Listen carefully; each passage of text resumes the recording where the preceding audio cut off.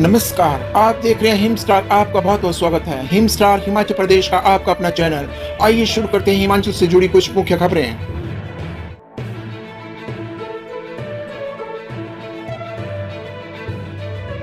मुख्यमंत्री कार्यालय ने रोका विधायक निधि का पैसा, 68 विधायकों के हाथ बंधे के बंधे।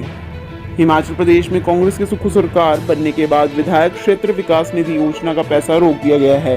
प्रदेश के 68 विधानसभा क्षेत्रों में विकास कार्य ठप पड़ गए हैं। न तो नई संपर्क सड़कों का निर्माण हो पा रहा है और न ही पुराने मार्गों की मरम्मत। सामुदायिक भवन निर्माण, रिटेनिंग वॉल और आधारभूत ढांचा विकास आदि के तमाम कार्य रुक गए हैं। जनता विधायकों से बजट मांग रही है, लेकिन वे जवाब नहीं दे पा रहे हैं। वित्त वर्ष 2022-23 की 3 किस्तें पूर्व जयराम सरकार दे चुकी है। सत्ता परिवर्तन के बाद चौथी किस्त जनवरी के पहले सप्ताह में सुक्खू सरकार को जारी करनी थी, लेकिन मुख्यमंत्री कार्यालय ने इसकी फाइल 1 महीने से दबा रखी है। फरवरी का दूसरा सप्ताह बीतने के बावजूद विधायकों को इस योजना से वित्तीय वर्ष 2022-23 की आखिरी किस्त जारी नहीं की गई है। विधायकों के लगातार दबाव के बावजूद मुख्यमंत्री कार्यालय इस फाइल को योजना विभाग को नहीं भेज रहा है। योजना विभाग इसे संबंधित जिलों के उपायुक्तों को जारी करता है। अभी वहां पहुंचना तो दूर की कौड़ी है। आमतौर पर यह राशि 31 मार्च तक खर्च करनी होती है, उसके बाद यह लैप्स हो जाती है। योजना के तहत हर विधायक को इस वर्ष 2-2 करोड़ रुपए दिए जाने थे। इस निधि को वित्तीय वर्ष 2022-23 के वार्षिक बजट में 1.80 करोड़ रुपए से बढ़ाकर 2 करोड़ रुपए किया गया था। अभी सभी विधायकों को 1.5 करोड़ रुपए जारी किए गए हैं। अब चौथी व अंतिम किस्त के 50-50 लाख रुपए ही शेष बचते हैं। योजना विभाग काफी समय पहले इसे जारी करने के लिए मुख्यमंत्री कार्यालय को अपनी फाइल भेज चुका है, पर वहां से अभी तक मुख्यमंत्री सुखविंदर सिंह सुक्खू से मंजूरी लेकर इसे योजना विभाग को नहीं भेजा गया है। इससे विधायकों में खासी नाराजगी है। भाजपा विधायक इस बारे में खुलकर बातें कर रहे हैं, मगर कांग्रेस विधायक अंदर खाते इसकी मांग कर चुके हैं।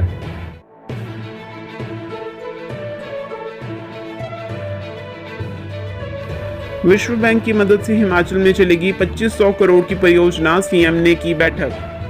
विश्व बैंक की सहायता से हिमाचल में 2500 करोड़ रुपए की परियोजना शुरू होगी। विश्व बैंक की टीम ने राज्य में ग्रीन रेजिलियंट इंटीग्रेटेड प्रोग्राम में विशेष रुचि दिखाई है। यह राशि तकनीकी समीक्षा के आधार पर बढ़ाई भी जा सकती है। शिमला स्थित राज्य सचिवालय में सोमवार को विश्व बैंक की टीम के साथ मुख्यमंत्री सुखविंदर सिंह सुक्खू और अधिकारियों ने इस संबंध में बैठक की।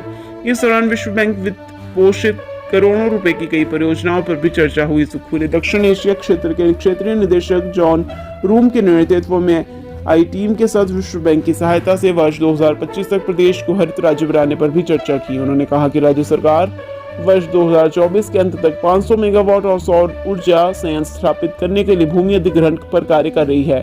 9 माह में 200 मेगावाट सौर ऊर्जा संयंत्र स्थापित करने का लक्ष्य निर्धारित किया गया है। टीम अधिकारियों द्वारा प्रस्तुति और किए जा रहे कार्यों से संतुष्ट नजर आई।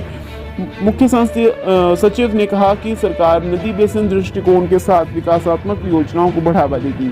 विश्व बैंक की टीम ने प्रैक्टिस मैनेजर जल सुनीता बुलियानी, कार्यक्रम प्रमुख सतत विकास नतालिया कुलीचेंको, वरिष्ठ पर्यावरण विशेषज्ञ पीयूष डोगरा, प्रमुख आपदा जोखिम प्रबंधन विशेषज्ञ दीपक सिंह, प्रमुख संचालन अधिकारी आईपेक अलकन, वरिष्ठ कृषि व्यवसाय विशेषज्ञ आदर्श कुमार, टीम प्रमुख कारमेन यी बतिस्ता और मैथ्यूज व रामानुजम शामिल थे।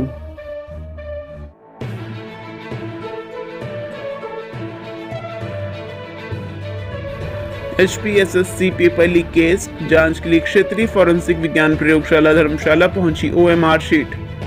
GOAIT पेपर लीक मामले की जांच के लिए OMR शीटें क्षेत्रीय फॉरेंसिक विज्ञान प्रयोगशाला धर्मशाला में पहुंची है। इसके अलावा लैपटॉप और कंप्यूटर सहित जांच पड़ताल के लिए अन्य दस्तावेज भी पहुंचे हैं।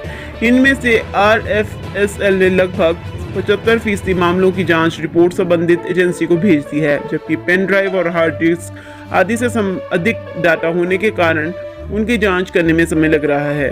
RFSL धर्मशाला की उपनिदेशक डॉक्टर मीनाक्षी महाजन ने बताया कि जनवरी माह के पहले और दूसरे सप्ताह में कर्मचारी चयन आयोग हमीरपुर की ओर से लैपटॉप, कंप्यूटर, अन्य दस्तावेज व OMR सीटें उनके पास पहुंची हैं। इनमें से 75% मामलों की जांच रिपोर्ट संबंधित एजेंसी को भेज दी है। उन्होंने बताया कि चयन आयोग हमीरपुर की ओर से प्राप्त पेन ड्राइव और हार्ड डिस्क में हजारों टेराबाइट के हिसाब से डाटा है, जिसकी जांच करने में कुछ समय लग रहा है। उन्होंने बताया कि RFSL प्राथमिकता के आधार पर मामले में से संबंधित दस्तावेजों की पड़ताल कर रही है। धर्मशाला पहुंची OMR सीटों में अधिकतर की जांच पड़ताल पूरी हो चुकी है, जबकि कुछ एक की रिपोर्ट आना बाकी है।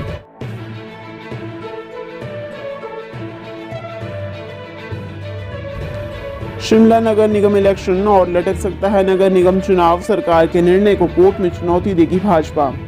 राजधानी शिमला में नगर निगम चुनाव अब और लटक सकता है। भाजपा ने कार्य समिति की बैठक में निर्णय लिया है कि इस मामले पर जो भी अब वर्तमान सरकार कर रही है, इसे न्यायालय में चुनौती दी जाएगी। भाजपा इस मामले पर सुप्रीम कोर्ट के निर्णय का इंतजार कर रही है। सुप्रीम कोर्ट से जो भी आगामी आदेश आते हैं, इसके आधार पर वर्तमान सरकार की ओर से लगाए गए अध्यादेश और चुनावी तैयारियां की जा रही है। इसे भाजपा ने कानूनी सलाह के लिए विधि प्रकोष्ठ को भेज दिया है। सुप्रीम कोर्ट के आदेशों के बाद निगम के चुनाव का रास्ता साफ हो गया था।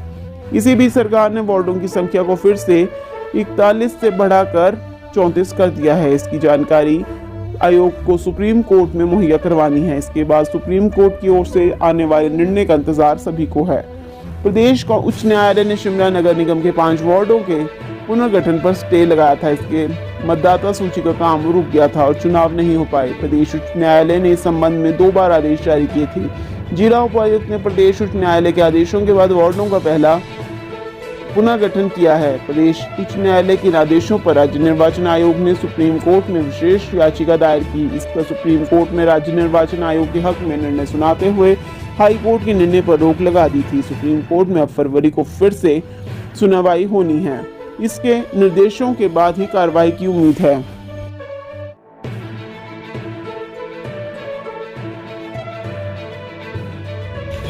आईजीएमसी शिमला में शुरू होगी रोबोटिक सर्जरी। ऋषिकेश एम्स में 4 डॉक्टर लेंगे प्रशिक्षण। रोबोटिक सर्जरी शुरू करने से पहले आईजीएमसी की 4 सदस्यीय टीम सोमवार को अखिल भारतीय आयुर्विज्ञान संस्थान ऋषिकेश के लिए रवाना हो गई। यह टीम यहां पर सर्जरी करने के लिए ऑपरेशन थिएटर संबंधी अन्य जानकारी हासिल करेगी। इसमें टीम यह भी देखेगी कि अस्पताल में मौजूदा समय में जो ऑपरेशन थिएटर बने हैं वह इस रोबोटिक सर्जरी के लिए पर्याप्त है या नहीं। इसके अलावा अन्य तकनीकी जानकारी भी हासिल करेंगे। 4 सदस्यीय टीम के लौटने के बाद आईजीएमसी प्रबंधन अपनी रिपोर्ट सरकार को सौंप देंगे। आईजीएमसी प्राचार्य डॉक्टर सीता ठाकुर ने इसकी पुष्टि की है। इंदिरा गांधी मेडिकल कॉलेज एवं अस्पताल से एम्स ऋषिकेश के लिए यूरोलॉजी, एनेस्थीसिया समेत 2 अन्य विभागों के विभागाध्यक्ष प्रशिक्षण लेने गए हैं। ऋषिकेश में पहले ही रोबोटिक सर्जरी शुरू हो चुकी है। ऐसे में यहाँ के सर्जरी के मॉडल को देखने के बाद आईजीएमसी में इसकी प्रक्रिया शुरू की जाएगी। इसके बाद चिकित्सक और अस्पताल के अन्य कर्मचारियों को इसका प्रशिक्षण दिया जाएगा।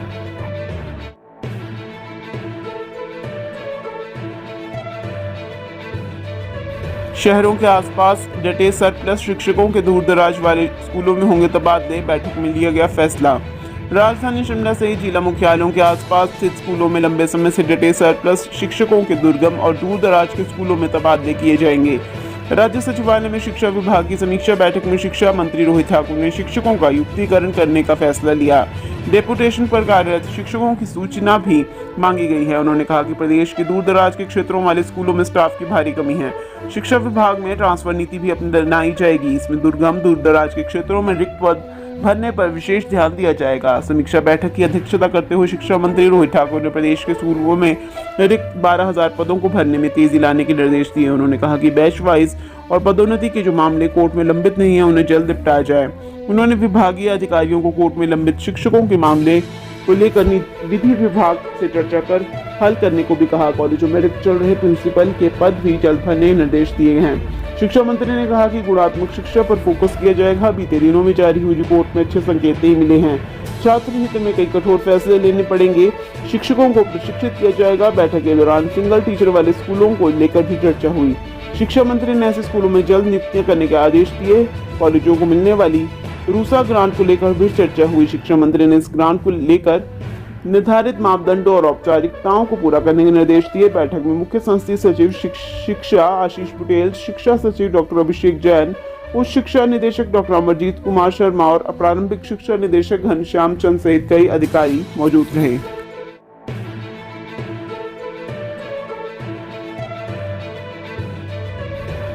हिमाचल की ट्राइबल गर्ल की फैन हुए सोनम वांगचुक, जाने पूरा मामला। लद्दाख के लिए संविधान की 6ठी अनुसूची के तहत संरक्षण की मांग को लेकर जलवायु अनशन करने वाले मैग्सेसे पुरस्कार विजेता सोनम वांगचुक की मुहिम को अन्य राज्यों में भी काफी समर्थन मिला है। हिमाचल प्रदेश की किन्नौर की ट्राइबल गर्ल के नाम से मशहूर यूट्यूबर व ब्लॉगर अमिता नेगी ने भी वांगचुक की इस मुहिम का समर्थन किया है। उन्होंने पर्यावरण संरक्षण को लेकर वांगचुक की मुहिम के समर्थन में एक वीडियो साझा किया। इसके बाद इस वीडियो को सोनम वांगचुक ने अपने ट्विटर पर शेयर करते हुए लिखा है कि अमिता नेगी के दृढ़ निश्चय और संकल्प को वह सलाम करते हैं। अमिता नेगी किन्नौर जिले के लबरंग गांव की रहने वाली है और ट्राइबल गर्ल के नाम से यूट्यूब चैनल चलाती है। इस चैनल के जरिए अमिता पहाड़ की संस्कृति व पर्यावरण को संजोने का काम कर रही है। हाल ही में अमिता ने एक वीडियो बनाया जिसमें वह भारी बर्फबारी के बीच नंगे पांव खड़े होकर सोनम वांगचुक की पर्यावरण को बचाने की मुहिम को समर्थन करती नजर आई। उन्होंने कहा कि वह पर्यावरण पहाड़ व यहाँ की संस्कृति को बचाने के लिए सोनम वांगचुक मुहिम का समर्थन करती है। उन्होंने अन्य लोगों को भी इस मुहिम से जुड़ने का आह्वान किया ताकि यह संदेश दूर दूर तक जाए। बता दें, लद्दाख में सोनम वांगचुक ने 26 जनवरी से 30 जनवरी तक अनशन किया था।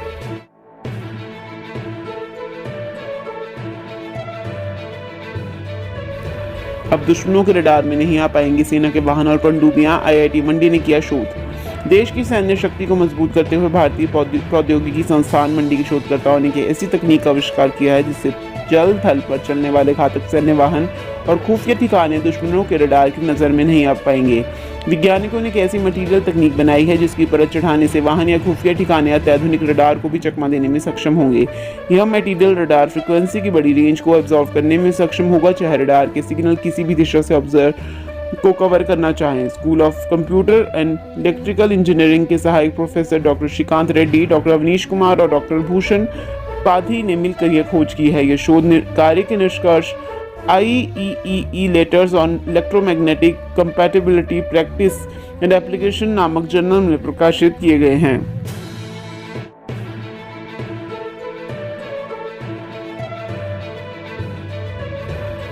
गोविंद सागर झील में जलमग्न मंदिरों को फिर मिलेगी पहचान, पर्यटन स्थल के रूप में उभरेगा बिलासपुर।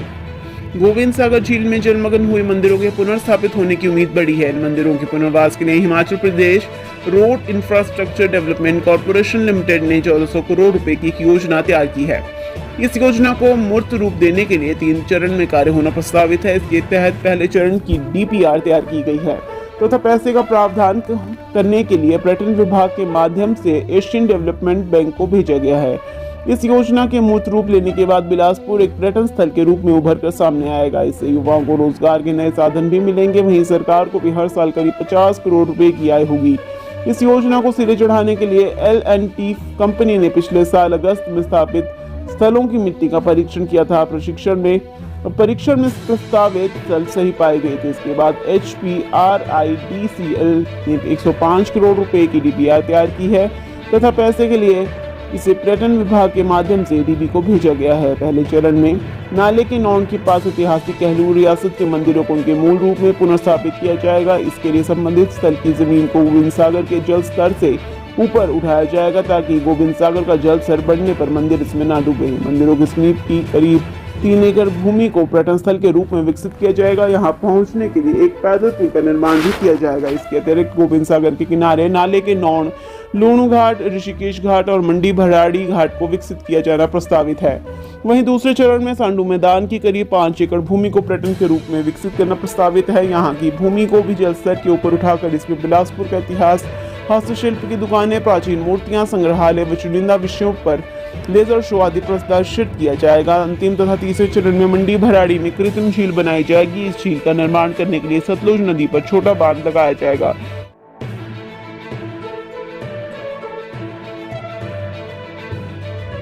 हिमाचल में फिर बिगड़ सकता है मौसम, 2 दिन बारिश बर्फबारी की संभावना, 138 सड़कें अभी भी ठप।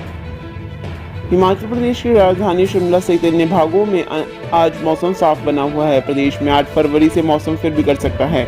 मौसम विज्ञान केंद्र शिमला के अनुसार बुधवार से लेकर शनिवार तक प्रदेश के कई भागों में बारिश बर्फबारी के आसार हैं। निचले व मैदानी भागों के लिए 8 व 9 फरवरी को अंधड़ चलने का भी अलर्ट जारी किया है। वहीं बीते दिनों हुई बर्फबारी से राज्य में 138 सड़कों पर अभी भी आवाजाही ठप है। प्रदेश में 48 बिजली ट्रांसफार्मर व 7 पेयजल परियोजनाएं भी बाधित हैं। लाहौल स्पीति में सबसे अधिक 121 और चंबा में 9 सड़कें बाधित है। उपमंडल पांगी में 36 बिजली ट्रांसफार्मर बंद पड़े हैं। हिमाचल की हर खबर पाने के लिए हिम स्टार से जुड़ें।